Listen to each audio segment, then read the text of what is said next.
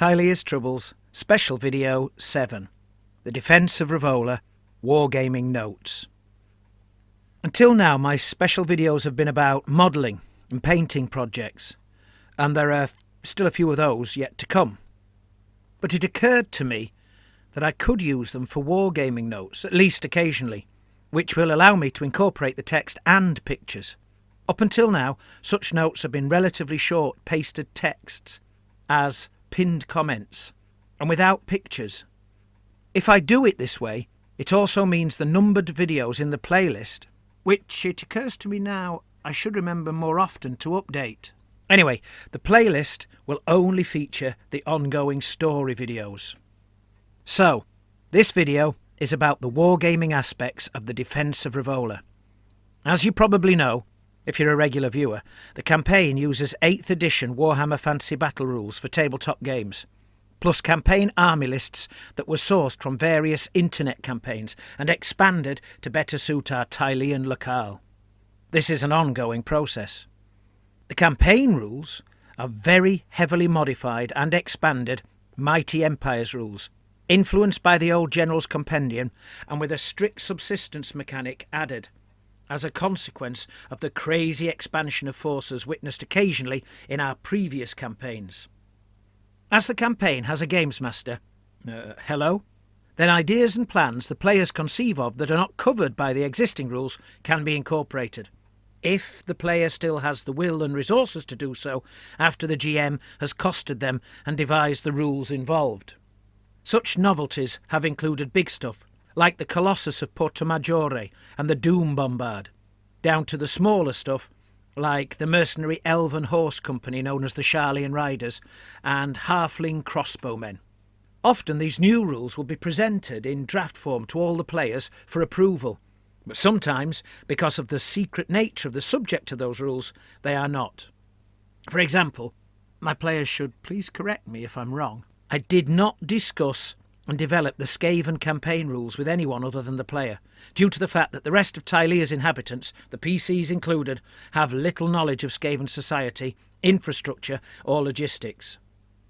But I'm wandering off track, and so now let's take a look at the forces involved. Here you can see the NPC force defending Ravola. Any walls not occupied by these regiments were to be manned by the city's able-bodied inhabitants, which are not shown here. I was going to get them out of the boxes as and if necessary. Such walls will have whatever number of defenders fit on them, all being peasant types with very basic stats and leadership 6, with no armour and armed only with hand weapons, often of an improvised kind. By the way, you may have noticed how the NPC characters and forces in the campaign feature prominently in the stories. This is because, as the GM, I can reveal publicly whatever I like about them, having them discuss what is going on both locally and across Tilea, even disclosing their own thoughts and intentions, while thereby using them as a way of giving report-like information to the campaign players. I do write individual player reports, which no one but the players see, including 7 very long and detailed ones at the end of every season. But the video stories form an additional general report element for all the players, allowing me to reveal the sort of stuff learned in gossip and from travellers and traders, etc. The players, on the other hand, are understandably somewhat wary about what is revealed concerning their PC's plans, resources and difficulties, which is why the PCs feature more rarely in the stories, at least in person. NPCs, of course, talk about the PCs, but then that is nothing more than opinion or rumour and can be quite wrong. When the PCs do appear, there is usually either some particular reason, such as a player wanting to disseminate a certain account, perhaps of a propagandistic nature, or the information is revealed after the events referred to, and so the player does not care. Sometimes a player doesn't mind the other players knowing of their PC's current whereabouts, predicament and thoughts, simply because they are so remotely located from the other PCs that enemies cannot benefit from knowing. This is a competitive campaign, in which most of the players want their player characters to do well, and cunning plans don't work if revealed too soon. I say most players, because some of them merely wish to contribute to a good story and get some games in occasionally, but even then, For the sake of story authenticity, any cunning plans need to stay hidden to pan out authentically. Oops, I went off on another tangent. Easily done, for me anyway, but dangerous as I could waffle on for hours. Back to the forces. Perrette, the fallen damsel, commands the defenders as a whole, with Baron Garoy leading his little company of knights. The reasons for this, I think, come out in the battle report story. As well as the knights, which are Games Workshop Citadel Miniatures Plastics, there is a second mounted company of Brabançon light horsemen, who can act both as archers and spearmen. These are Fireforge Games mounted sergeants, kit-bashed to make them into archers as well as spearmen. Several heads were swapped with other figure rangers. The player was given the option of dismounting one or both of these horse companies and putting them on the walls, but he chose not to. Stick some peasants on any empty walls, is what he ordered. He intended to use the mounted troops either to attack any Skaven who breached the defences, one way or another, or, if the opportunity arose and it seemed beneficial, to sally out. Note that although I say player, Perrette and Baron Garoy are NPCs. What I mean is the campaign player who had volunteered to command this NPC force on the tabletop. We do a lot of this in the campaign, so that I only have to command the force when there is no one available. I find it a lot easier to take notes and photographs and do Games Master refereeing duties when I am not also attempting to command a force on the field of battle. Oh, and when I GM, it almost certainly dooms a force, as I'm too distracted by said storyteller and Games Master duties. Perrette is shown here, being a 1989 Marauder Miniatures model from their MM62 Citizens range, being C26, with a Brabançon foot. She's become a level 2 wizard now, and so will have 2 fire spells. It is rare I make such unrolled decisions for, or alterations to, NPCs, but I do so when events strongly warrant it, in a cause and effect sort of way. She did really well with her magic during the 2 assaults of Campogrotta, and had gained a new authority since then, along with great respect. So I upped her to level 2, rather in the manner of role-playing game experience points. It seemed right, and hardly a game-changing move that players might complain about. The 2 companies of Brabançon foot are archers, the unit in front being Wargames Foundry, Wars of the Roses, 15th century sets, MED 120 Archers Standing 1 and MED 120 Archers Standing 2, with an old metal Citadel Miniatures Bretonnian thrown in. The unit at the back is mainly old historical metals I got in the 80s, a War of the Roses range which I cannot identify.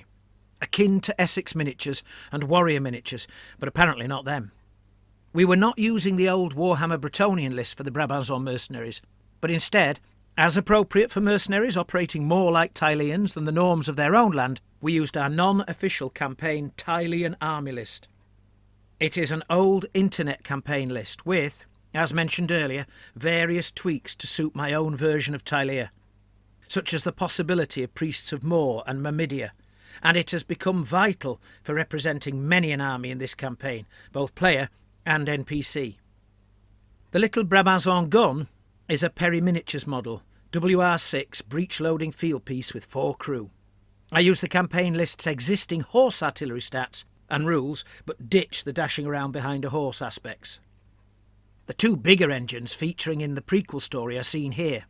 An old Citadel Miniatures trebuchet and crew, and a kit-bashed monstrosity I cobbled together years ago in lieu of a Hellblaster. The latter just so happened to look exactly what would result if a dwarven engineer fixed 6 lead belcher barrels together.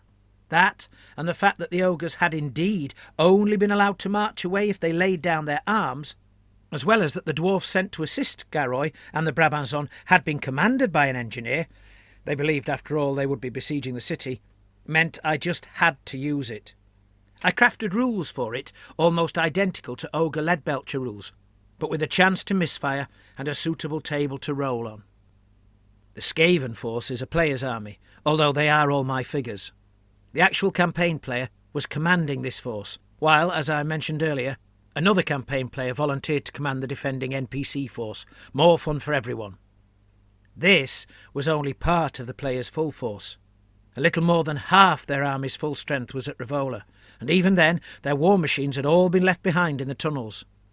I warned the player, well, not me, his NPC advisors, who I control. So, me, that to extract his several war engines from the tunnel would take several days, and thus give the defenders more time to prepare. Perhaps, said the NPCs, the enemy might send for relief, dig traps, prepare some ruse.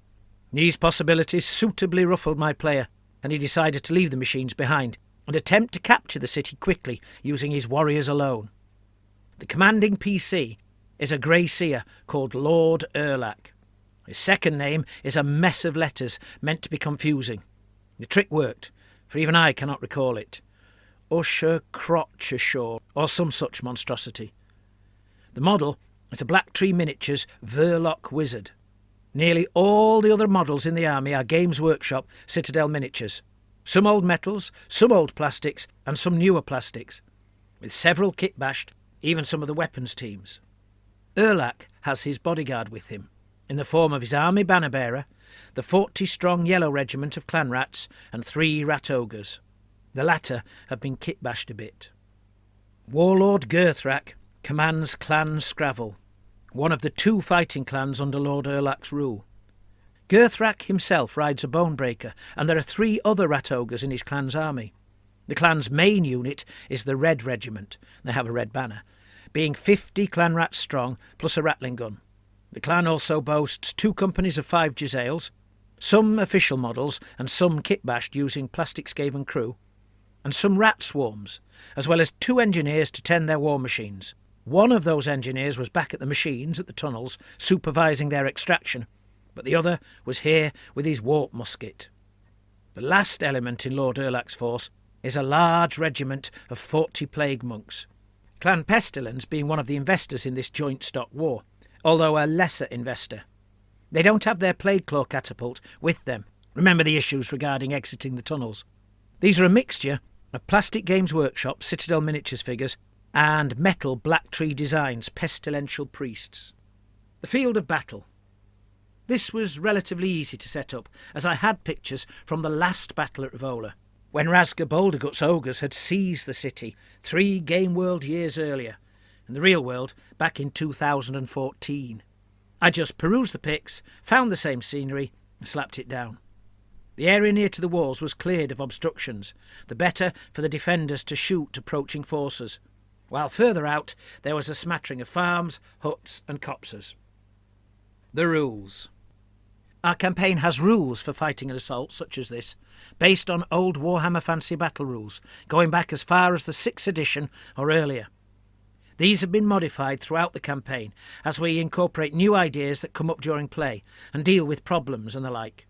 Basically, it is a 7-turn game, sometimes 8 if the Games Master thinks it's appropriate, and a die roll allows, in which the victor must control the greatest number of the defence's sections by the end of the game.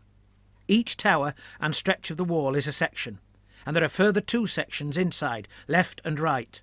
To control a section, you need an unengaged and non-fleeing unit or character in a section, and no non-fleeing enemy models. By the way, the 2 inner towers, E and F, on the picture were not official sections, although they were in the internal sections. There were 11 sections to play for, thus there could not be a draw, which included the side wall not labelled. That wall could only be reached from the inside of the city due to the steep stone footings beneath its outside. We have our own rules for assaults by ladders, which is not easy at all, or siege towers.